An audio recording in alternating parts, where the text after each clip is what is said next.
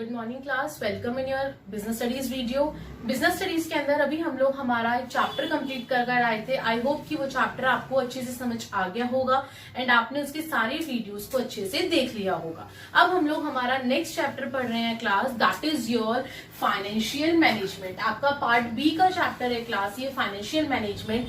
अब प्लीज इसको ध्यान से देखिएगा कि इसके अंदर वो कह क्या रहा है, हमारा फाइनेंशियल मैनेजमेंट होता क्या है। और उससे पहले मैं आपको ये बता दूं कि इस चैप्टर के अंदर हम लोगों को बेसिकली पढ़ना क्या क्या है क्लास। सबसे पहली चीज मीनिंग ऑफ फाइनेंशियल मैनेजमेंट। पहली चीज फाइनेंशियल मैनेजमेंट होता क्या है, उसके बाद रोल क्या है फाइनेंशियल मैनेजमेंट का, objectives of financial management, financial management के क्या उद्देश्य हैं, फाइनेंस फंक्शन और फाइनेंशियल डिसीजंस कि क्या क्या डिसीजंस लिए जाते हैं, फाइनेंशियल प्लानिंग कैसे की जाती है, कैपिटल स्ट्रक्चर क्या होता है, फिक्स्ड एंड वर्किंग कैपिटल क्या होता है, और लास्ट में इसमें फिक्स्ड कैपिटल आ जाएगा और नीचे हम लोग वर्किंग कैपिटल को अलग से देखेंगे।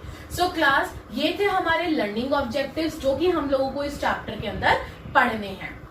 अब आगे बात करती हूँ हमारा सबसे पहला topic, meaning of financial management. Financial management होता क्या है क्लास।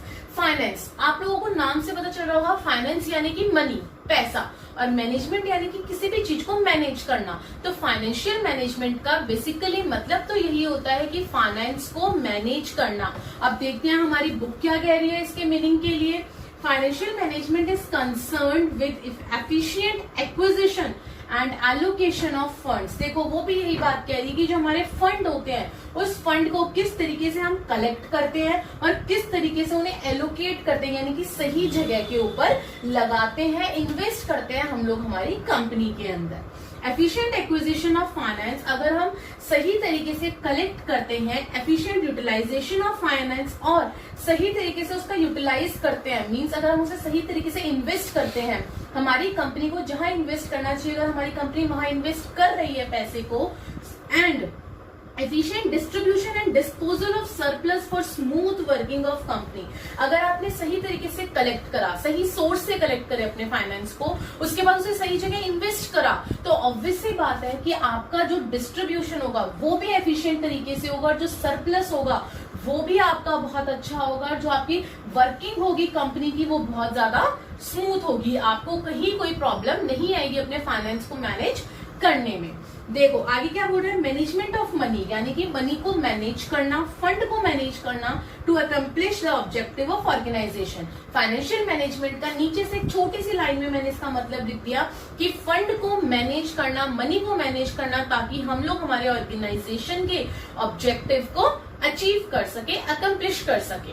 क्लियर है, ये होता है हमारा फाइनेंशियल मैनेजमेंट। आगे बढ़ती हूँ। अब इसके रोल क्या है, मतलब जो हम लोग फाइनेंशियल मैनेजमेंट के डिसीजंस ले रहे हैं वो डिसीजंस हमारे कहाँ कहाँ किस किस पार्ट पे हमारे बिजनेस में इफेक्ट डालते हैं, हमें वो देखना है। So common activities and areas which are influenced by financial management. कौन कौन से कॉमन एक्टिविटीज और एरिया हैं जो कि इफेक्ट करते हैं, इन्फ्लुएंस करते हैं हमारे फाइनेंशियल मैनेजमेंट के डिसीजन लेने से। सबसे पहला एरिया होता है size and composition of fixed assets, यानी कि जो हमारे फिक्स्ड एसेट्स हैं उनके ऊपर सबसे बड़ा इफेक्ट होता है, वो इन्फ्लुएंस करते हैं कैसे, depends directly on investment decision. अब देखो फाइनेंशियल मैनेजमेंट के अंदर हम लोग इन्वेस्टमेंट डिसीजन लेते हैं, हमें पैसा कहाँ इन्वेस्ट करना है, और अगर हम लोग फिक्स्ड एसेट्स में इन्वेस्ट कर रहे हैं तो फिक्स्ड एसेट्स पे इफेक्ट पड़ा।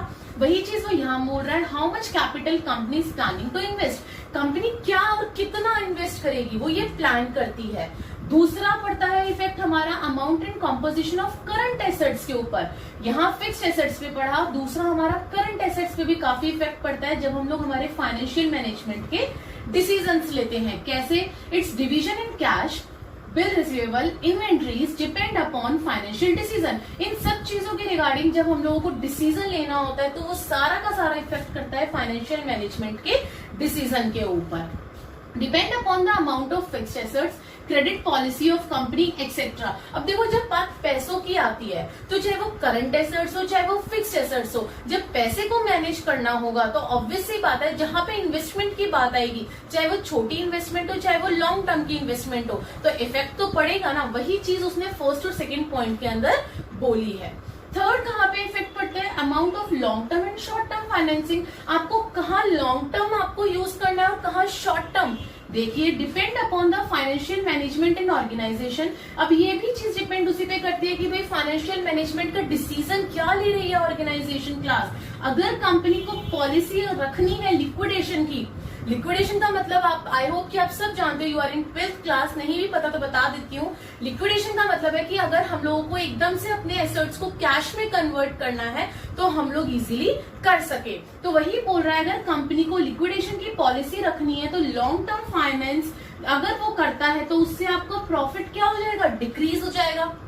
डिक्रीज क्यों होगा, जितना लॉन्ग टर्म फाइनेंस आप लोगे, मान लो लॉन्ग टर्म पे आपने उधारी ले ली है क्लास, तो आपको क्या करना पड़ेगा, पे more interest on long term. अब आपको इंटरेस्ट ज्यादा देना पड़ेगा, इंटरेस्ट ज्यादा दोगे तो ऑब्वियस सी बात है आपका प्रॉफिट क्या हो जाएगा, डिक्रीज हो जाएगा। So debts are compare to short term debt, long term debt as compare to short term. वो यही बात बोल रहे हैं इस पूरी लाइन में कि अगर आप लोग लॉन्ग टर्म फाइनेंस से उधारी लेते हो तो उस केस में you have to pay more interest on long term debt. Long term debt के ऊपर आपको ज्यादा इंटरेस्ट पेड करना पड़ता है as compare to short term, जिसकी वजह से आपका प्रॉफिट जो है वो रिड्यूस हो जाता है, घट जाता है क्लास। तो इसीलिए हमें बहुत सोच समझ के देखना चाहिए कि हमें लॉन्ग टर्म फाइनेंसिंग करनी है या शॉर्ट टर्म फाइनेंसिंग। आगे बढ़ती हूँ, नेक्स्ट है फिक्सिंग डेप्ट इक्विटी रेशियो इन कैपिटल।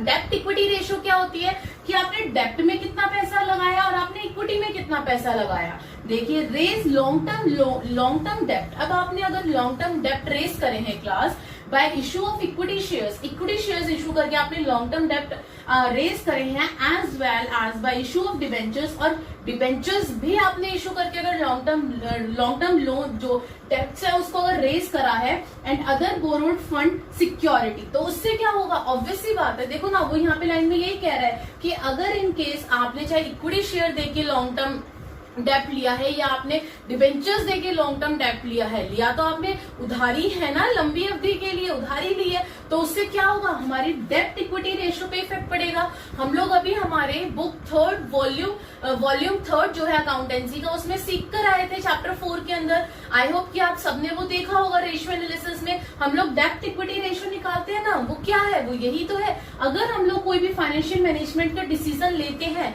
तो उससे हमारी डेप्ट इक्विटी रेशियो के ऊपर सबसे ज्यादा इफेक्ट पड़ता है।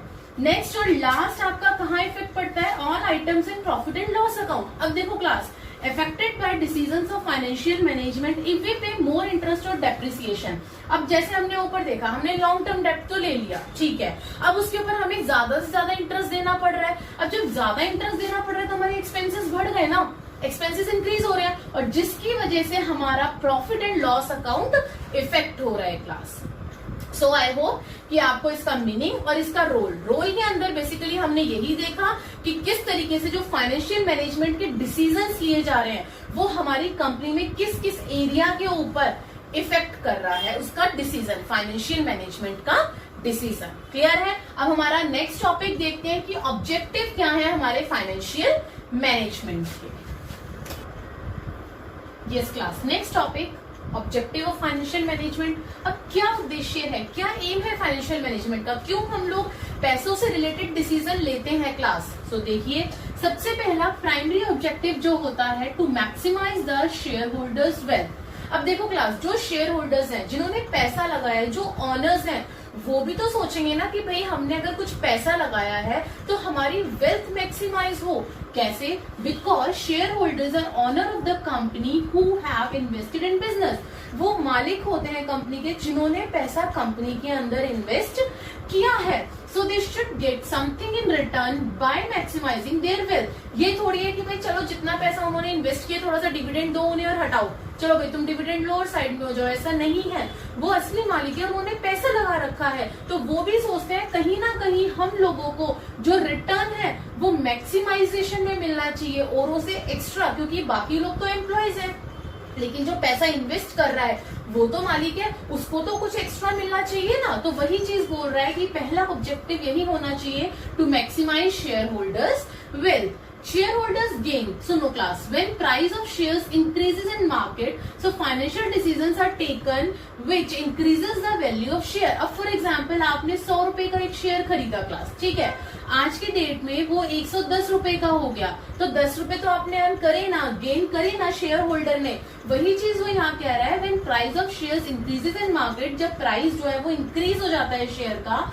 तो financial decisions are taken which increase the value of share. तो डिसीजंस भी उसी तरीके से लिए जाते हैं कि हमारे जो शेयर की वैल्यू है वो और भी ज्यादा इंक्रीज हो जाए। If the shareholders are gaining, it automatically implies that all other claimants are also gaining। यानी कि अगर, अब देखो एक बात बताओ, मैंने आप लोगों को बता रखा है शेयर होल्डर्स को हमेशा बाद में डिविडेंड लास्ट में दिया जाता है, उससे पहले जो हमारे सप्लायर्स होते हैं उन्हें पेमेंट की जाती है, एम्प्लॉयज को सैलरी दी जाती है, लेंडर्स को पैसे दिए जाते हैं, क्रेडिटर्स को इंटरेस्ट दिया जाता है, डिविडेंड जब लास्ट में बचता है तब दिया जाता है। तो ये लाइन यही कह रहा है, अगर शेयर होल्डर गेन कर रहा है, अगर शेयर होल्डर को एक्स्ट्रा पैसा मिल रहा है, इट मीन्स उससे पहले इन सबके पास पैसा जाके आ रहा है। तो अगर उनको गेन हो रहा है तो ये सब के सब जितने भी सप्लायर, एम्प्लॉयज, लैंडर्स और क्रेडिटर्स हैं, ये भी अच्छा खासा गेन कर लेंगे automatically.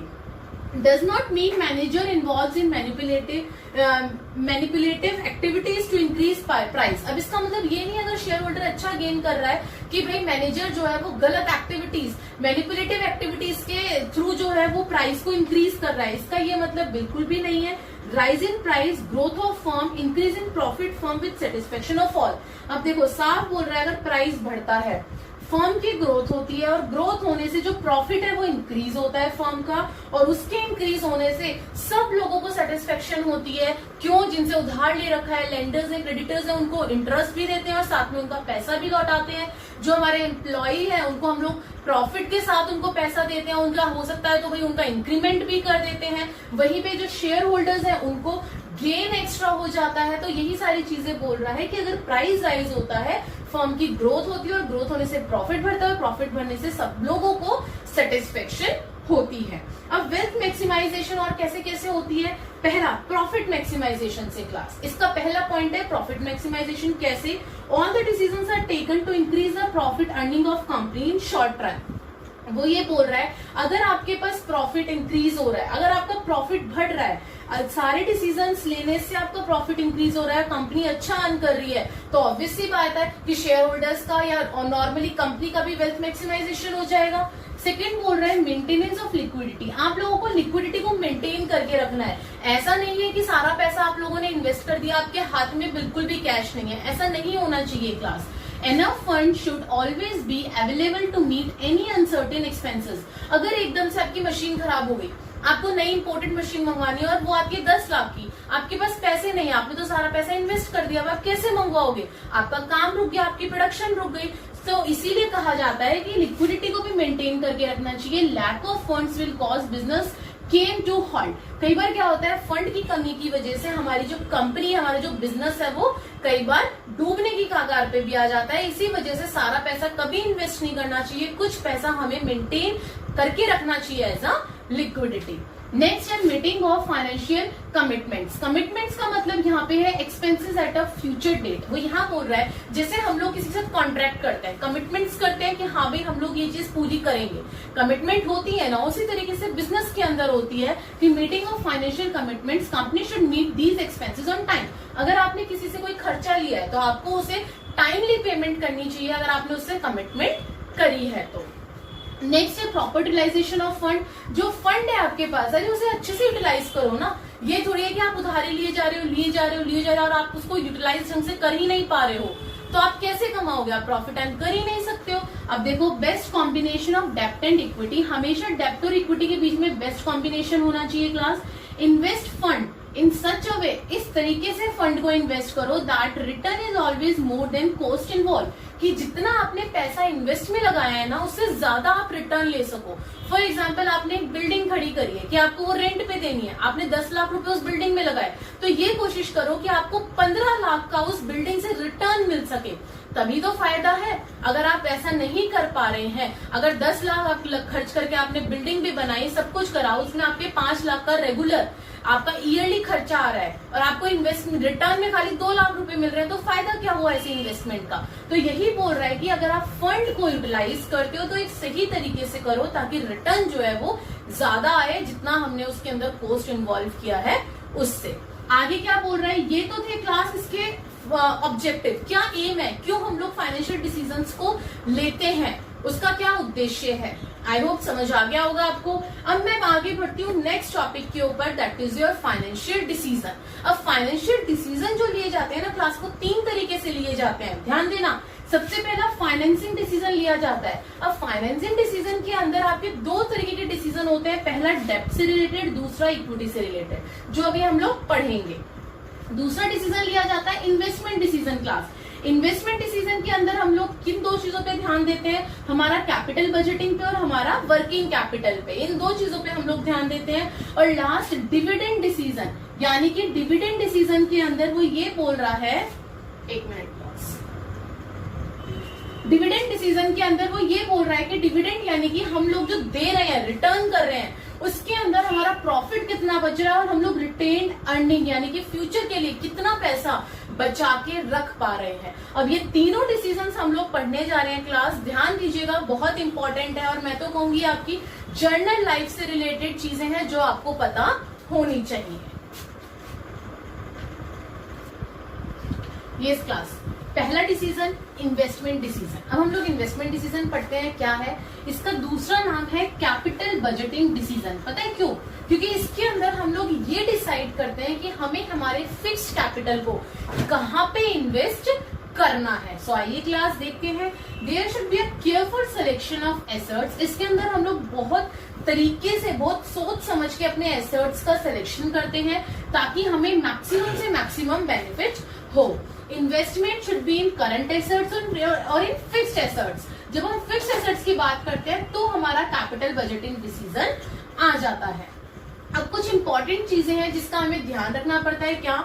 It should be a long term decision, irreversible. अब ऐसा नहीं कर सकते कि कहीं पे आपने पैसा इन्वेस्ट कर दिया तो आप उसे बहुत जल्दी जल्दी उसको दोबारा से उसको क्या करो कि पैसा निकाल लो, फिर डाल दो, फिर निकाल लो। ये चीजें शॉर्ट रन में होती हैं, लॉन्ग रन में आप नहीं कर सकते जिस टाइम पे आप अपनी कंपनी का इन्वेस्टमेंट डिसीजन ले रहे हो। इन्वॉल्व ह्यूज कॉस्ट, इसके अंदर बहुत ज्यादा और बहुत बड़ी कॉस्ट जो है वो इन्वॉल्व होती है। And it affects the future earning of capacity, और साथ ही में ये हमारे फ्यूचर अर्निंग की कैपेसिटी को अफेक्ट करती है कि आप पैसा कहां पे एट लास्ट इन्वेस्ट कर रहे हैं क्लास। तो ये कुछ इंपॉर्टेंट डिसीजंस थे जो कि हम लोगों को लेने पड़ते हैं। हम लोगों को पता होना चाहिए डिसीजन लेने से पहले कि क्या क्या हम लोगों को करना है और क्या हो सकता है।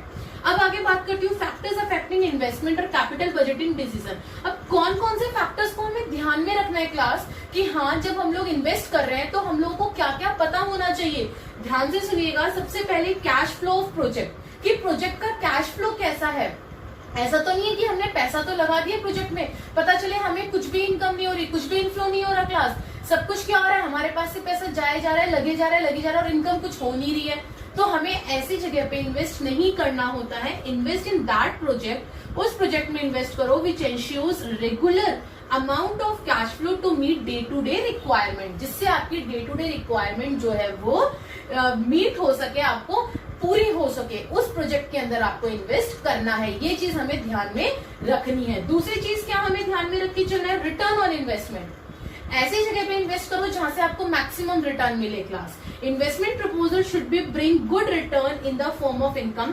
फॉर एग्जाम्पल एक कंपनी है जिसको पता है कि यहाँ से मुझे 10% मिलेगा और बी कंपनी है मुझे पता है मुझे यहाँ से 15% रिटर्न मिलेगा, तो मैं कहाँ इन्वेस्ट करूंगी पैसा? बी में करूंगी ना, जहां पे मुझे पता है कि हाँ भाई मुझे मोर रिटर्न मिल रहा है, ज्यादा रिटर्न मिल रहा है। तो ये भी चीज हमें ध्यान में रखनी पड़ती है पैसा लगाते वक्त, इन्वेस्ट करते वक्त अपने फिक्स कैपिटल या फिर करंट एसेट्स के अंदर, फिक्स एसेट्स या करंट एसेट्स के अंदर कि हाँ मुझे जो रिटर्न मिल रहा है वो मैक्सिमम रिटर्न मुझे कहाँ से अवेलेबल हो रहा है। थर्ड, मुझे ये ध्यान में रखना है कि रिस्क मेरा कहाँ पे मैक्सिमम है और कहाँ पे कम रिस्क है। ज्यादा रिटर्न में और कम रिस्क के साथ वहां इन्वेस्ट करना है आपको। देखिए every investment proposal include some risk. हर इन्वेस्टमेंट के अंदर रिस्क होता है, चाहे थोड़ा हो चाहे बड़ा हो, ज्यादा हो। Must calculate risk and choose the project with less risk. सबसे पहले आपको अपने रिस्क को कैलकुलेट करना है, उसके बाद अपने पैसे को इन्वेस्ट करना है जहां से मुझे लेस रिस्क और मैक्सिमम रिटर्न मिले।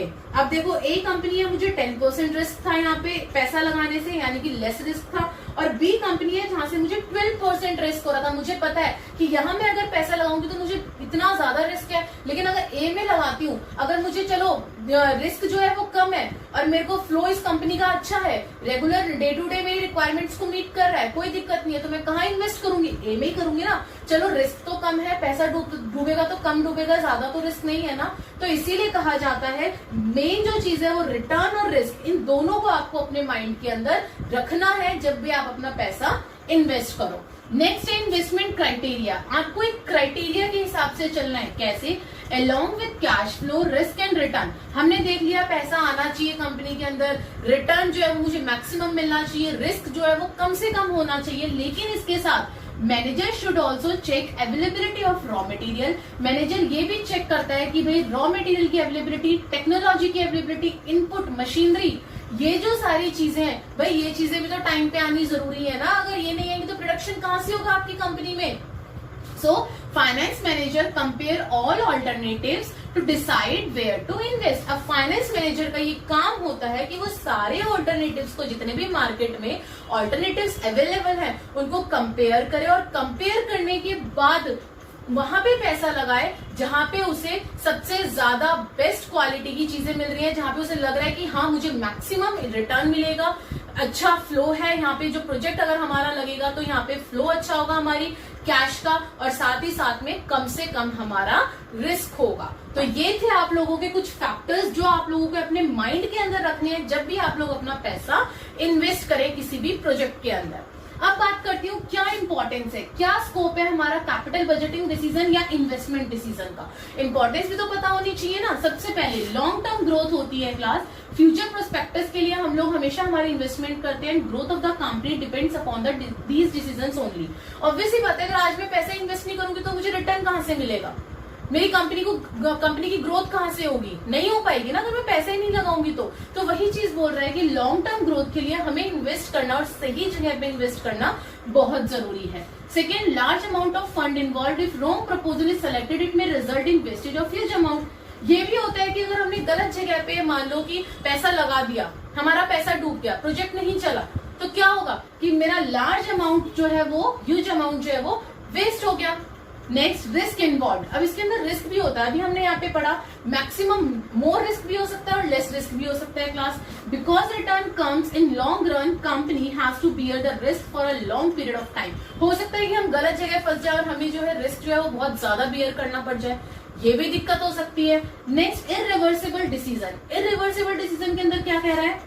Involve huge funds, huge cost, ज्यादा पैसा लगाया, ज्यादा फंड लगाया, going back decision results in heavy loss and wastage of fund. अब अगर मैं ये डिसीजन लूं कि हाँ भाई मेरा तो प्रोजेक्ट चल नहीं रहा है, अब क्या करूं, क्या मैं मेरे पैसे वापस कर लूं, मैं सब कुछ बेच दूं, ये कर लूं, तो क्या फायदा? सब कुछ वेस्ट हो गया, बहुत ज्यादा लॉस हो गया और साथ ही में सब कुछ वेस्ट हो गया क्लास। आई होप कि आपको इन्वेस्टमेंट डिसीजन अच्छे से समझ आ गया होगा कि आपको पैसा कहाँ और कैसे और क्या सोच के इन्वेस्ट करना है। अब हम लोग हमारे नेक्स्ट डिसीजन की तरफ बढ़ते हैं। यस क्लास, अभी हम लोगों ने देखा कि कहाँ पे हम लोगों को पैसे इन्वेस्ट करना है, जो हम लोगों को पैसा इन्वेस्ट करना है वो किस तरीके से करना है, अभी हम वो डिसीजन देख कर आए। अब बारी आ रही है फाइनेंसिंग डिसीजन की। फाइनेंसिंग डिसीजन के अंदर हमें देखना है फ्रॉम विच सोर्स, कौन से सोर्स से आपको फाइनेंस रेज करना है और कौन से कैपिटल से आपको रेज करना है, मतलब फ्रॉम विच सोर्स फाइनेंस और कैपिटल भी रेज। अगर आपको कैपिटल रेज करनी है तो कौन से सोर्स से करनी है, और अगर फाइनेंस रेज करना है तो कौन से सोर्स से करना है। सो क्लास इसके अंदर क्या होता है, you have to decide the source of finance. आप डिसाइड करते हो अपना सोर्स फाइनेंस का। अब दो तरीके के सोर्स होते हैं क्लास, एक होता है बोरोड फंड कि आप या तो उधारी ले लो, या फिर एक होता है ओनर्स फंड यानी कि ओनर का पैसा। अब दोनों का अलग अलग मतलब क्या क्या आते हैं दोनों के अंदर। बोरोड फंड के अंदर आपके डिबेंचर्स आ गए, बोन्स आ गए, लोन्स आ गए, ये सारी चीजें हमारी किसमें आ गई, बोरोड फंड में आ गई। अब इसके अंदर रिस्क जो होता है ना वो ज्यादा होता है क्लास एज कंपेयर टू हमारा ऑनर फंड के अंदर। इसके अंदर शेयर कैपिटल और रिटेन्ड अर्निंग होती है। ऐसा क्यों? क्योंकि इसके अंदर रिस्क इसलिए इन्वॉल्व होते हैं कि अगर आपको लॉस भी हो रहा है ना, उस केस में भी आपको इंटरेस्ट देना पड़ेगा अपने डिबेंचर होल्डर्स को या जिससे आपने लोन उठाया है। लेकिन अगर मैं बात करूं कि आपके ऑनर फंड की, ऑनर फंड को अगर आपको प्रॉफिट नहीं हुआ है, अगर लॉस में जा रहे हो तो डिविडेंड पेड करने की जरूरत नहीं होती है, लेकिन अगर आप प्रॉफिट में जा रहे हो तो आपको डिविडेंड पेड करना पड़ेगा, इसी वजह से ये नो रिस्क होता है। और साथ ही में बोरोड फंड में you have to pay back the amount also. अब बोल रहे हैं how much to raise from which source, अब कौन से सोर्स से मुझे कितना रेज करना है। मेरे यहाँ पे ये 2 सोर्सेज मैंने आपको बताए हैं। मेन कंसर्न क्या होता है, how much to raise from how much, यानी कि from how much to raise from which source. Yes class, वो इस लाइन में ये बोलना चाह रहे हैं कि आपको कितना किस सोर्स से रेज करना है अपना फाइनेंस। आगे बोल रहा है you have to compare advantages and disadvantages of different sources of finance. अब देखो क्लास, इसके अंदर उसने ये भी बोला है कि जो हमारा फाइनेंस मैनेजर होता है वो दोनों सोर्सेज के पहले एडवांटेजेस और डिसएडवांटेजेस को कंपेयर करता है। उसको जिस सोर्स में ज्यादा फायदा लगता है वो उस सोर्स से अपना पैसा रेज करता है, अपना फाइनेंस रेज करता है। मैनेजर में prefer mix of both type, fixes the ratio को। कई बार क्या होता है कि वो दोनों की रेशियो को मिक्स कर लेता है। वो सोचता है यार कुछ परसेंट बोरोड फंड में से उठा लेता हूँ, कुछ ऑनर फंड में से उठा लेता हूँ, तो वो इस चीज को भी कई बार प्रेफर कर लेता है सिचुएशन के हिसाब से। अब क्लास हमें देखना है कौन कौन से फैक्टर्स हमारे फाइनेंसिंग डिसीजन लेते वक्त अफेक्ट करते हैं। ध्यान देना, सबसे पहले कोस्ट के ऊपर कैसे इफेक्ट पड़ता है। भाई आप अपनी कोस्ट भी तो देखोगे ना। अब कोस्ट ऑफ डेप्ट, अगर आपने डेप्ट उठाया है, ठीक है, उसके ऊपर आपको इंटरेस्ट पेड करना है। वहीं पे अगर आपने इक्विटी ली है, इक्विटी से आपने पैसा रेज करा है फाइनेंस, तो उनको डिविडेंड देना है। अब किसको ज्यादा देना है पहले ये देखोगे। जिसको हम लोग कम देंगे ना, जिसको ऑब्वियसली बात है कंपनी तो वहां देखेगी ना जहाँ पे हमारी कम कॉस्ट लगेगी। अगर मेरा इंटरेस्ट कम है डिविडेंड से तो मैं अपना डेप्ट को वो करूंगी, चूज करूंगी। अगर मेरा डिविडेंड कम है इंटरेस्ट से तो मैं इक्विटी को चूज करूंगी। So choose source with minimum cost, यानी कि जिसमें कम कॉस्ट जाएगी मेरी, मैं उसको चूज करूंगी। नेक्स्ट है रिस्क। रिस्क को कैसे ध्यान में रखूंगी मैं। बोरोड फंड के अंदर मुझे ज्यादा रिस्क होता है, जैसा कि मैंने भी अभी ऊपर आपको बताया था कि भाई बोरोड फंड में मैक्सिमम रिस्क हो रहा है और ओनर फंड में लेस रिस्क होता है या नो रिस्क होता है। अभी हमने ऊपर बात करी थी, तो वही बोल रहा है compare risk with minimum cost, यानी कि हम दोनों रिस्क को कंपेयर करेंगे, अपने बोरोड फंड के रिस्क को भी और ओनर फंड के रिस्क को भी, और जिसके अंदर मुझे कम रिस्क दिखेगा मैं उसको चूज कर लूंगी as a finance manager. Third है कैश फ्लो पोजीशन। आपको अपनी कंपनी की कैश फ्लो पोजीशन भी तो देखनी है ना, कैसी चल रही है, स्मूथ एंड स्टेडी चल रही है आपकी कैश फ्लो, यानी कि आपकी कंपनी के अंदर पैसा आ भी रहा है जा भी रहा है, बहुत स्मूथली हो रहा है, तो उस केस में मैं इजीली अफोर्ड कर पाऊंगी अपना बोरोड फंड। यानी कि मैं अगर मेरा कंपनी अच्छा कमा रही है तो भाई मैं इंटरेस्ट भी तो टाइमली पेड कर पाऊंगी ना, और इंटरेस्ट टाइमली पेड करूंगी तो ठीक है, मुझे बोरोड फंड लेने में कोई दिक्कत नहीं है, बोरोड फंड से पैसा लेने में। वहीं पे अगर मेरी शॉर्टेज है कैश फ्लो की, मेरी कंपनी की कैश फ्लो पोजीशन अच्छी नहीं है, उस केस में मैं और ऊपर से और उधारी ले लूं तो क्या होगा, मेरी तो और भी कम पोजीशन हो जाएगी। तो उस केस में हम लोग ऑनर फंड को प्रेफर करते हैं। नेक्स्ट है control consideration. Equity share holders क्या चाहते हैं, अपना कंट्रोल अपने तक रखना चाहते हैं या ये चाहते हैं कि अगर उनका कंट्रोल बट भी जाएगा तो उन्हें कोई प्रॉब्लम नहीं होगी। ये 2 सिचुएशंस आती हैं। Shareholders want to retain complete control, अगर वो अपना ही कंट्रोल रखना चाहते हैं सिर्फ तो वो बोरोड फंड को चूज करेंगे, लेकिन do not mind to lose control, अगर उनका कंट्रोल छूट भी जाए तो उन्हें कोई फर्क नहीं पड़ता, तो उस केस में वो लोग ऑनर फंड को चूज करेंगे। आई होप कि आपको समझ में आ रहा होगा एक एक पॉइंट जो मैं समझाना चाह रही हूँ कि हम लोग किस तरीके से हमारा दोनों सोर्सेज में से चूज करेंगे कि हमें बोरोड फंड लेना है, बोरोड फंड से पैसा रेज करना है या फिर हमें ऑनर फंड से पैसा रेज करना है। नेक्स्ट है फ्लोटेशन कॉस्ट। भाई आपकी फ्लोटेशन कॉस्ट कैसी है, पहली बात तो फ्लोटेशन कॉस्ट होती क्या है। It is a cost involve in issue of securities. जो सिक्योरिटीज हम लोग इशू करते हैं ना क्लास, उसके अंदर जो आपका पैसा इन्वॉल्व होता है, जो खर्चा लगता है आपका सिक्योरिटीज इशू करवाते टाइम, जैसे कि ब्रोकर्स को पैसा देना, कमीशन देना, अंडरराइटर्स के एक्सपेंसेस, प्रोप्राइटर्स, जब हम लोग प्रोस्पेक्टस को इशू करते हैं तब अंडरराइटर्स को कमीशन पेड करते हैं, ब्रोकर्स को हम लोग कमीशन देते हैं। ये जो सारे खर्चे होते हैं ना, जब हम सिक्योरिटीज को इशू करते हैं उस टाइम पे जो खर्चा आता है वो होता है हमारा फ्लोटेशन कॉस्ट। अब वो ये बोल रहा है firm prefer source with least flotation cost. अब अगर मुझे बोरोड फंड को इशू करने में, अगर बोरोड फंड को लेने में कम खर्चा आ रहा है तो मैं बोरोड फंड को प्रेफर करूंगी। अगर मेरे को इक्विटी शेयर्स, अगर मेरे को शेयर्स ओनर्स फंड को इशू करने में कम खर्चा आ रहा है तो मैं बोलूंगी, दोनों में से देखूंगी, मैं प्रेफर करूंगी एज अ फाइनेंस मैनेजर जिसके अंदर मुझे लीस्ट फ्लोटेशन कॉस्ट पड़ेगी। नेक्स्ट आपका fixed operating cost. Fixed operating cost के अंदर वो क्या बोल रहा है, रेंट एंड सैलरीज। अब देखो आपकी कंपनी है, ठीक है, कंपनी के अंदर आपने एक बिल्डिंग ले रखी है, अभी उसका रेंट तो आपको पेड करना है, चाहे आपकी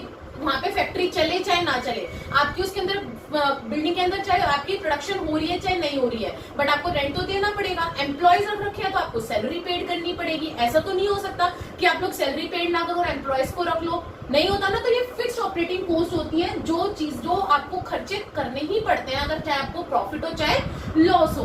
तो हाई फिक्स्ड ऑपरेटिंग कॉस्ट अगर आ रही है तो प्रेफर ओनर्स फंड। उस केस में भाई हम लोग इस हालत में ही नहीं है कि हम लोग इंटरेस्ट दे सके, तो ओनर्स फंड को ही प्रेफर करेंगे। May not be able to pay interest, लेकिन अगर हमारी फिक्स्ड ऑपरेटिंग कॉस्ट लो है, सब कुछ हमारा अपना है, हमें किसी को एक्स्ट्रा पैसा देने की जरूरत नहीं पड़ रही है, उस एक खाली हमारी सैलरीज को छोड़ के लैंड हमारी है, मशीनरी हमने खरीद रखी है, सब कुछ हमारा अपना एसेट्स है, तो उस केस में हम लोग इजीली अफोर्ड कर पाएंगे हमारे बोरोड फंड। उस केस में हम लोग उधारी ले सकते हैं क्योंकि हम लोग इंटरेस्ट देंगे, हमारे पास और कुछ देने के लिए है नहीं।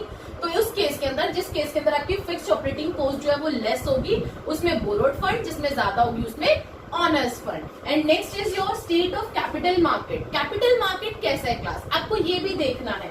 Deciding the type of securities to be raised, boom period. अगर आपकी कंपनी जो है वो बूम पे है, भाई इतनी अच्छी कंपनी है, मतलब हमेशा इसको तो प्रॉफिट ही होता है, इस कंपनी में कभी लॉस में ही नहीं जा रही है ये कंपनी, पिछले 3-4 साल से बहुत ज्यादा प्रॉफिट हो रहा है, उस केस में easy to sell equity shares, people are ready to take risk. उस केस में आप लोग क्या करोगे, ऑनर फंड प्रेफर करोगे। क्यों? क्योंकि लोग जो होते हैं, पीपल जो होते हैं, वो रेडी होते हैं रिस्क को टेक ओवर करने में।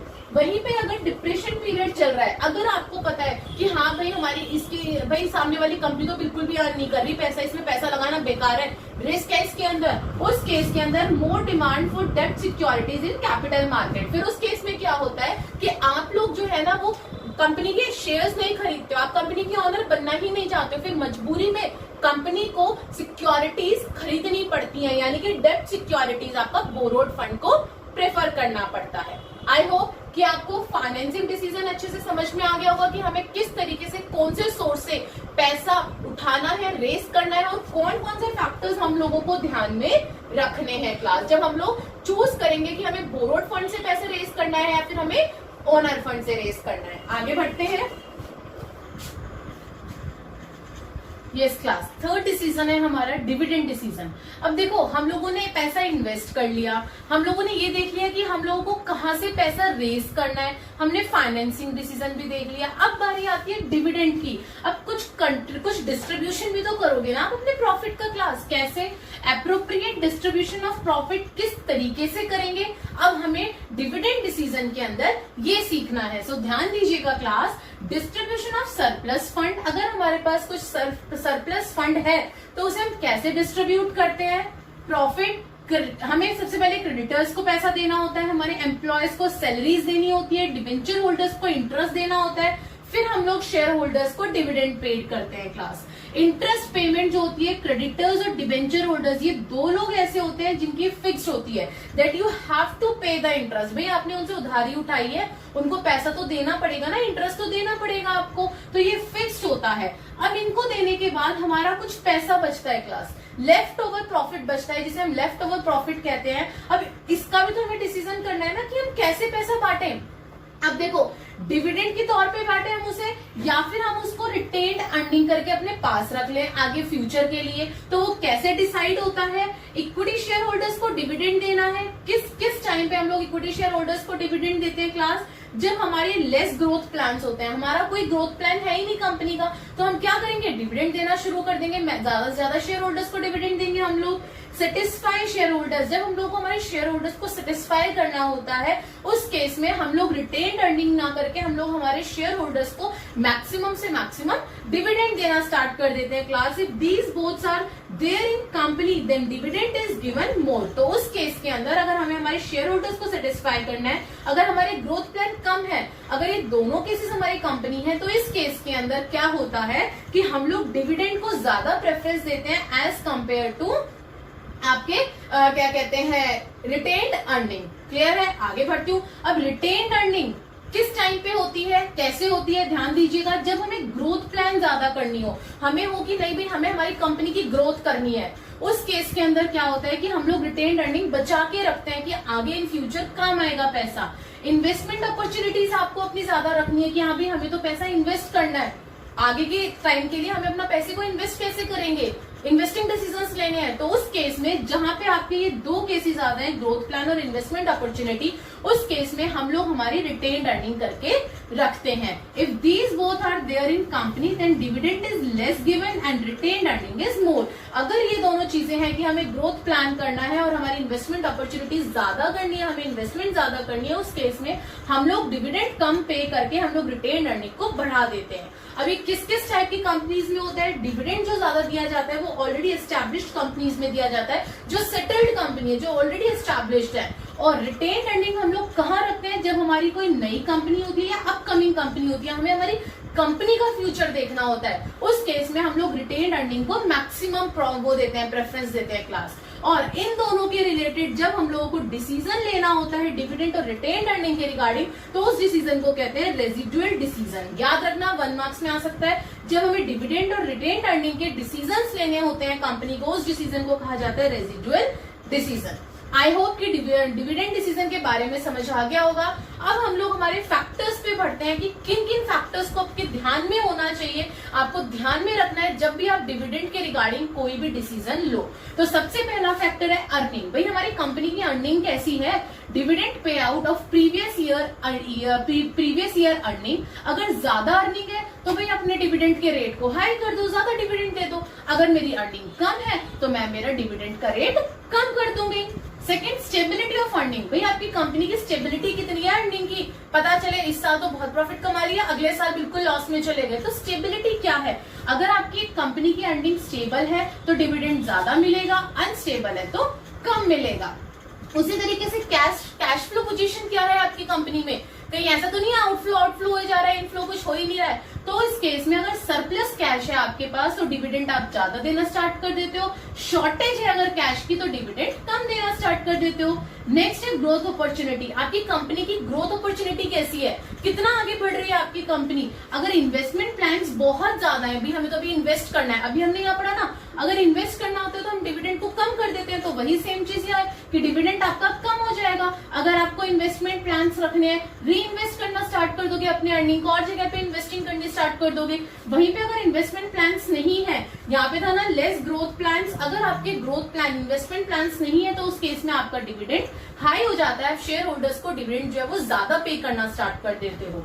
Next is your taxation policy. अब ध्यान देना क्लास, अगर आपको ज्यादा टैक्स पे करना है, टैक्स रेट जो है जब वो हाई है तो उस केस में डिविडेंड कम हो जाएगा, और टैक्स रेट अगर लो है तो डिविडेंड आपका बढ़ जाएगा, आप ज्यादा डिविडेंड दोगे अपने शेयर होल्डर्स को। अगर टैक्स ही आपको ज्यादा देना है तो डिविडेंड आप क्या करना स्टार्ट कर दोगे, कम करना स्टार्ट कर दोगे अपने शेयर होल्डर्स का, उनको कम देना स्टार्ट कर दोगे। उसी तरीके से कॉन्ट्रैक्चुअल कॉन्स्ट्रेंट्स, इसके अंदर क्या बोल रहा है, company has taken long term loans, financer may put some restrictions on dividend. अब देखो अगर हमें in case long term loans लेने पड़ गए, अगर हमने बहुत सारे लोन्स ले रखे हैं, तो उस केस में क्या होगा, जो फाइनेंसर होगा ना वो खुद रिस्ट्रिक्शंस लगाने स्टार्ट कर देगा आपके डिविडेंड के ऊपर।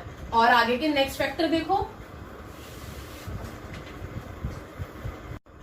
ये क्लास नेक्स्ट पॉइंट है प्रेफरेंस ऑफ शेयर होल्डर्स। अब ध्यान से सुनना है, ये पॉइंट क्या कह रहा है, अगर रिटायर्ड, पुअर और मिडिल आपकी क्लास शेयर होल्डर्स है, अगर आपका कोई रिटायर्ड है या फिर कोई पुअर क्लास है या मिडिल क्लास शेयर होल्डर्स है, अगर इस टाइप के शेयर होल्डर्स होते हैं तो they want regular and stable dividend. उन्हें क्या चाहिए कि भाई हमें रेगुलर हमारी इनकम होती रहे, तो हम लोग क्या करते हैं, हमारी कंपनी क्या करती है, ज्यादा डिविडेंड देती है। वहीं पे अगर यंग और रिच शेयर होल्डर्स हैं, अगर आपके शेयर होल्डर्स जो है वो यंग है, वो कमा रहे हैं, सब कुछ है और रिच है, तो उस केस में they prefer capital gain by reinvesting less dividend. और वो लोग क्या चाहते हैं, डिविडेंड हमें कम मिल जाए कोई बात नहीं, लेकिन री इन्वेस्टिंग जो है वो होती रहे कंपनी की। तो ये था प्रेफरेंस ऑफ शेयर होल्डर की किस टाइप का शेयर होल्डर आपकी कंपनी में है।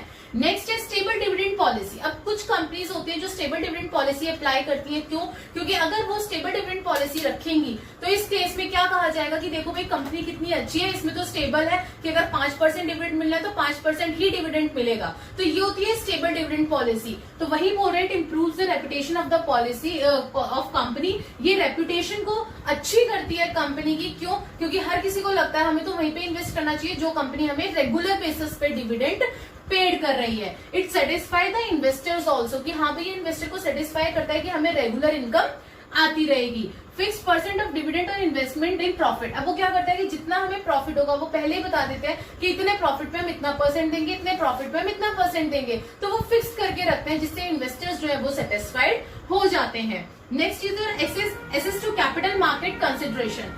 कंपनी इजीली एसेस, अगर कंपनी इजीली एसेस हो रही है, कंपनी में कोई प्रॉब्लम नहीं हो रही है, तो डिविडेंड जो है वो आपका इंक्रीज हो जाएगा। वहीं पे अगर कंपनी को डिफिकल्टी हो रही है एसेस करने में कैपिटल मार्केट के अंदर, अच्छे से चल रही है तो वो कंपनी आपको खूब डिविडेंड दे रही है, लेकिन अगर कैपिटल मार्केट के अंदर आपकी कंपनी अच्छे से एसेस नहीं कर पा रही है तो उस केस में जो डिविडेंड है वो घट जाएगा, कंपनी उतना डिविडेंड आपको नहीं दे पाएगी। Decrease in dividend and use reserve and retain earning. और क्या होगा कि कंपनी जो रिटेन अर्निंग कंपनी ने कर रखी होगी, कंपनी उसी को यूटिलाइज करती रहेगी। Next is your legal restrictions. अब कुछ लीगल रिस्ट्रिक्शंस भी होती हैं क्लास कंपनी की। क्या? Companies act regarding there is a provision in the companies act that payment of dividend, कि आपको किस तरीके से पेमेंट करनी है। Apart from companies act, internal provision of company has enough flow company has enough flow of cash to pay dividend. वो ये बोल रहा है कि कंपनी के अंदर, कंपनी एक्ट के अंदर बहुत सारे इंटरनल प्रोविजंस होते हैं क्लास, जो कि ये बताते हैं अगर कंपनी के पास एनफ फ्लो है तो ही कंपनी क्या करती है, डिविडेंड पे करती है। Payment of dividend should not affect the liquidity of company. और जो पेमेंट डिविडेंड को की जाती है, डिविडेंड की जो पेमेंट की जाती है, उससे हमारी लिक्विडिटी के, कंपनी की लिक्विडेशन के ऊपर कोई इफेक्ट नहीं पड़ता है। लास्ट पॉइंट बोल रहे हैं स्टॉक मार्केट रिएक्शन। आपको स्टॉक मार्केट रिएक्शन भी पता होना चाहिए। इंक्रीज कब होता है डिविडेंड का? When good news in stock market, price in security rises. अगर जो आपके प्राइसेस हैं वो बढ़ गए तो आपका डिविडेंड भी आपको ज्यादा मिलेगा, लेकिन वहीं पे अगर नेगेटिव इंपैक्ट है स्टॉक मार्केट के अंदर, आपकी कंपनी का शेयर प्राइस जो है वो कम है, ज्यादा नहीं है, तो उस केस में आपका डिविडेंड घट जाएगा क्लास। उस केस में आपको ज्यादा डिविडेंड नहीं मिलता है।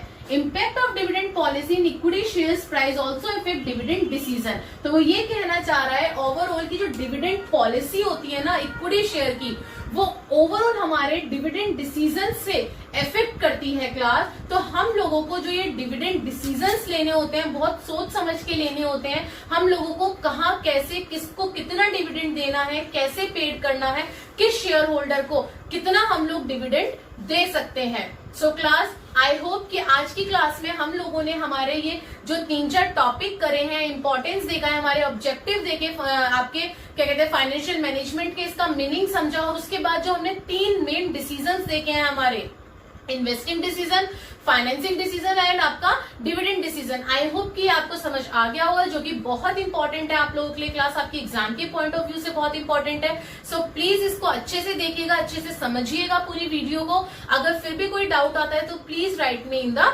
कमेंट बॉक्स, ताकि मैं आपके उस डाउट को क्लियर कर सकूं। And please class like, share and subscribe the channel, ताकि अब जो नेक्स्ट टॉपिक हम लोग इस चैप्टर का उठाने वाले हैं वो आप तक इजीली पहुंच सके। Thank you class.